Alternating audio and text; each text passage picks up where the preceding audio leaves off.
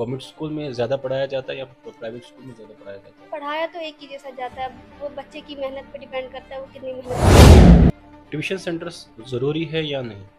Tuition centres जिसको कमज़ोरी है उसके लिए शायद ज़रूरी है, नहीं तो बच्चा सेल्फ स्टडी से भी सब कुछ कर सकता है। सोशल मीडिया से दूर रहना चाहिए या नज़दीक?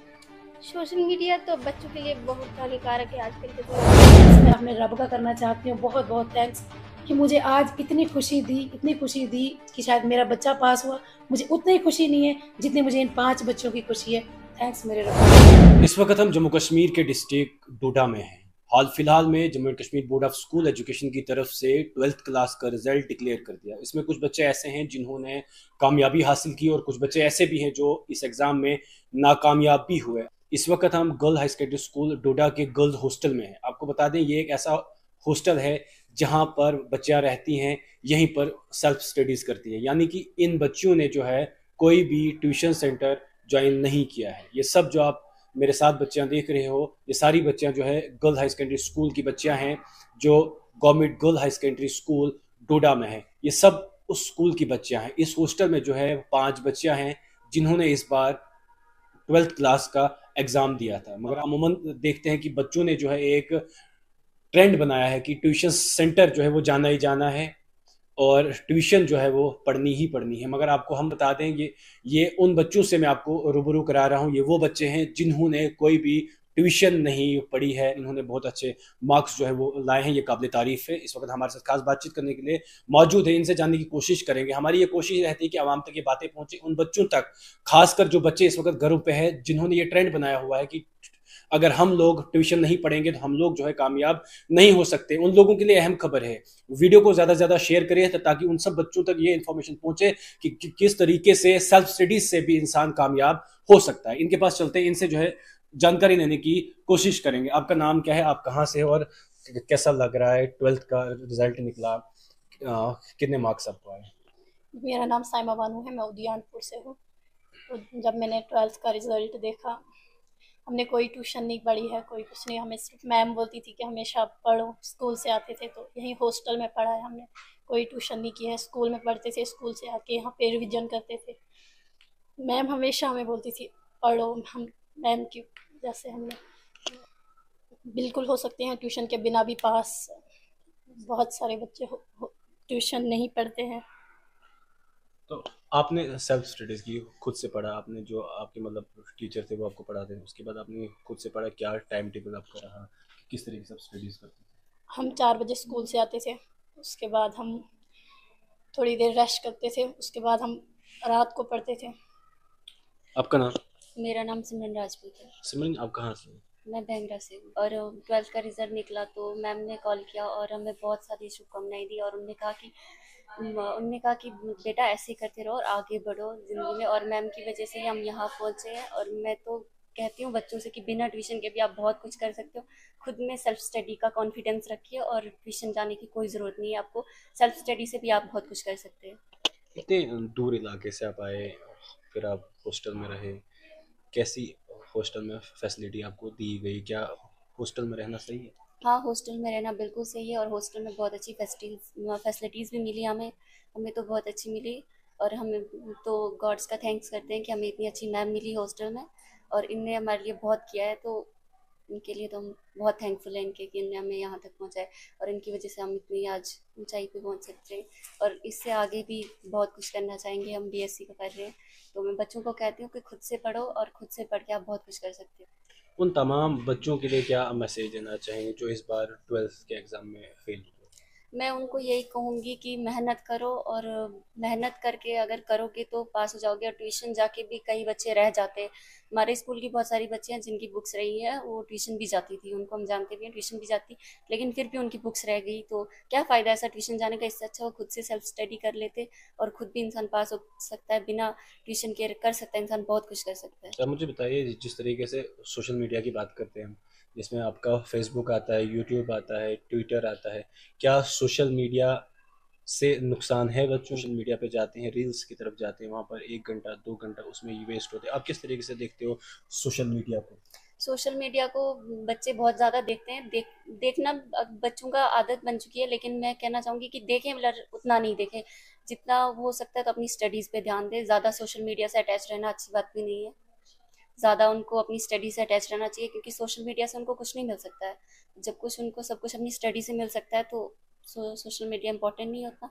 बट उनके लिए इंटरनेट एक फ़ोन में ऐसी चीज़ है जो उनको फ़ायदेमंद है उनके लिए। बाकी सोशल मीडिया अच्छी बात नहीं है उनके लिए। थोड़ा बहुत बच्चे तो देखते ही हैं। आपका नाम और आप कहाँ से? मेरा नाम पूनम जी है और मैं गादी से हूँ। जी, हमने जितने भी नंबर लाए हमने खुद की मेहनत से लाए। हम स्कूल जाते थे, गवर्नमेंट स्कूल गर्ल्स, और आके खुद ही मेहनत करी, रात रात भर पढ़ा। जगदीप मैम ने हमको बहुत साथ दिया और टीचर्स का भी साथ है। गवर्नमेंट स्कूल में हमने पढ़ा है और बस खुद की मेहनत है। गवर्नमेंट स्कूल या प्राइवेट स्कूल पढ़ाया जाता है? पढ़ाया तो एक ही जैसा जाता है, अब वो बच्चे की मेहनत पे डिपेंड करता है वो कितनी मेहनत कर रहा है। ट्यूशन सेंटर्स ज़रूरी है या नहीं? ट्यूशन सेंटर्स जिसको कमज़ोरी है उसके लिए शायद ज़रूरी है, नहीं तो बच्चा सेल्फ स्टडी से भी सब कुछ कर सकता है। सोशल मीडिया से दूर रहना चाहिए या नज़दीक? सोशल मीडिया तो बच्चों के लिए बहुत हानिकारक है आजकल के ज़माने में। बाकी अब क्या बोल सकते हैं, बच्चों की पढ़ाई में सबसे ज़्यादा स्टडी होनी चाहिए, सबसे ज़्यादा ध्यान उनको अपनी पढ़ाई के लिए देना चाहिए। सोशल मीडिया बच्चों के लिए कोई ठीक चीज़ नहीं है। आप खुश हैं जो आपको मार्क्स आए हैं? जी, मैं बिल्कुल खुश हूँ इतना ही अपने आपने मार्क्स। सोचा था या इससे ज़्यादा? हाँ, मैंने इतना ही सोचा था। आप खुश हैं? मैं बिल्कुल आगे खुश का हूँ। क्या सोचा है अब आपने? आगे मैंने CUET का फॉर्म भरा है कॉलेज के लिए। आपका नाम और आप कहाँ से? मेरा नाम सिमरन शर्मा है और मैं कुल्हान से हूँ। अब मुझे बताइए, जिस तरीके से हाल फिलहाल में 12th का आपका रिजल्ट आउट हुआ, बेसब्री से आपको इंतज़ार था, रिजल्ट सामने आया, कैसा लग रहा है?